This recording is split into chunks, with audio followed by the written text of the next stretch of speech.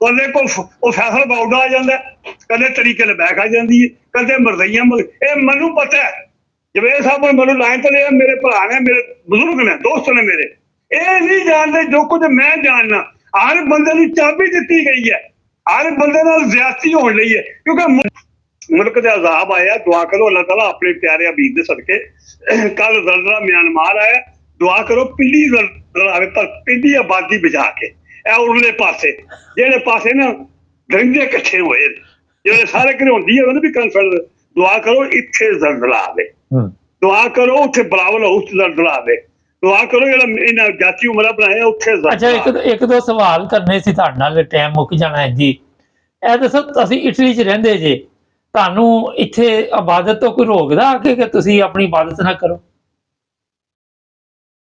ਤੁਸੀਂ ਆਦੋ ਕੋਈ ਇਬਾਦਤ ਤੋਂ ਰੋਕਦਾ ਯਕੀਨ ਕਰੋ ਜਵੇਦ ਸਾਹਿਬ ਸਾਡੀ ਮਸਜਿਦ ਜੇ ਤੇ ਮੈਂ ਇਹਨਾਂ ਨੂੰ ਠਾਕਿਆ ਸੀ ਹਰ ਸਾਲ ਨਾਲ ਰੋਜ਼ਾਂ ਦੀ ਰੋਟੀ ਪਕਾਉਂਦੇ ਆ ਡੇਲੀ ਹਰ ਬੰਦਾ ਇੱਕ ਰੋਜ਼ਾ ਖਿਲਵਾਉਂਦਾ ਤੇ ਮੈਂ ਕਿਹਾ ਯਾਰ ਨਾ ਖਿਲਾਓ ਕਰੋ ਹੁਣ ਸੁਣਨਾ ਲੈਣ ਮੇਰੇ ਸਰਦਾਰ ਭਰਾ ਵੀ ਨੇ ਹੁਣ ਕੀ ਕਰੀਏ ਯਕੀਨ ਕਰੋ ਸਾਡੀ ਮਸੀਤੀ ਸ਼ਾਮੀ ਨੇ 6-7 ਰੋਜ਼ ਸਰਦਾਰ ਜਾਂਦੇ ਅੱਛਾ ਉਹ ਮੁੰਡਿਆਂ ਨੂੰ ਮੈਂ ਕਿਹਾ ਯਾਰ ਇਹ ਤੇ ਗੱਲ ਮਾੜੀ ਆ ਬਈ ਅਸੀਂ ਇਨਸਾਨੀਅਤ ਦੀ ਕਦਰ ਕਰਨੇ ਆ ਤੇ ਸਾਡੀ ਮਸਜਿਦ ਅਸੀਂ ਪਾਕ ਹੁੰਦੀ ਹੈ ਤੇ ਬੰਦੇ ਵੁਜ਼ੂ ਵੀ ਨਹੀਂ ਕਰਦੇ ਇਹਨਾਂ ਨੂੰ ਪਤਾ ਨਹੀਂ ਉਹ ਇੱਕ ਮੁੰਡਾ ਬਣਾਉਂਦਾ ਯਾਰ ਭਾਈ ਆ ਗੱਲ ਵਿੱਚ ਇਹ ਹੈ ਅਸੀਂ ਇਹਨਾਂ ਦੇ ਗੁਰਦੁਆਰੇ ਟੁੱਟ ਜਾਂਦੇ ਆ ਇਹਨਾਂ ਠਾਕੀ ਦੇ ਨਾਲ ਸਾਡੇ ਗੁਰਦੁਆਰੇ ਕਿਉਂ ਆਉਂਦੇ ਹੈ ਸੁਣਦੇ ਮੇਰੀ ਗੱਲ ਫਿਰ